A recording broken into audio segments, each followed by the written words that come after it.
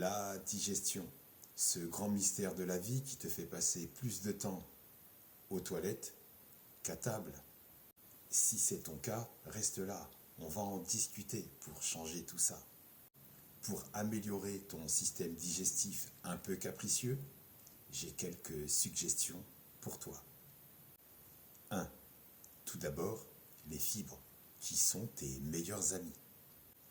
Pense à intégrer des aliments riches en fibres, comme les légumineuses, les haricots secs, pois chiches, lentilles, pois cassés. Ensuite, les fruits à coque et graines, noix, lin, amandes, et également des légumes verts, choux, épinards, asperges. Tu vois tous ces aliments? Les légumineuses sont comme des petites éponges qui font briller les parois de ton intestin.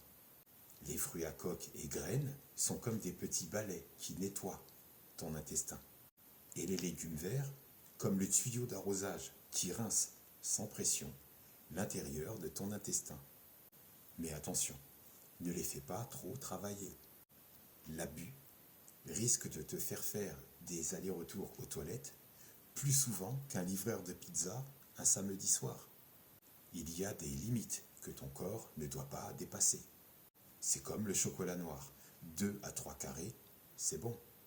Mais la tablette entière, attention, ta santé est précieuse. En 2, appelle les probiotiques à la rescousse. La choucroute, le tempeh, le kimchi, le miso, le kombucha, les cornichons marinés sont des aliments fermentés qui te sont recommandés pour prendre soin de ton microbiote, car source de probiotiques, c'est-à-dire qu'ils sont riches en bonnes bactéries qui assurent l'équilibre et le bon fonctionnement de toute ta flore intestinale. Tous ces aliments fermentés sont comme des super-héros pour ton intestin. Ils apportent des bonnes bactéries qui vont faire la fête dans ton ventre. Mais n'oublie pas, même les super-héros ont besoin de repos. C'est comme si ton organisme était une salle de théâtre de 600 places assises, mais ce soir, c'est complet. Même s'il y a 1500 personnes qui veulent entrer, c'est mort. Propose-leur un billet pour une date ultérieure, pour la prochaine représentation. En 3, c'est tout bête, mais très important, à ne surtout pas négliger. L'hydratation. L'eau est ton amie, elle est essentielle dans ta vie. Pense à elle comme une amie qui t'accompagne partout.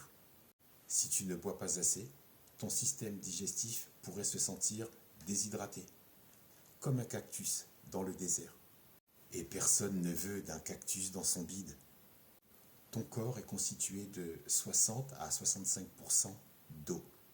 L'eau corporelle constitue 79% de tes muscles, 73% pour ton cerveau et 31% pour tes os.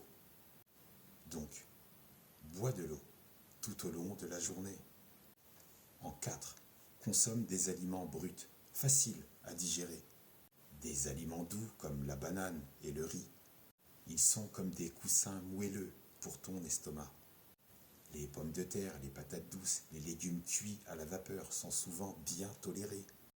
Ne dépasse surtout pas les 10 à 15 minutes de cuisson, sinon tu élimines les vitamines et les minéraux.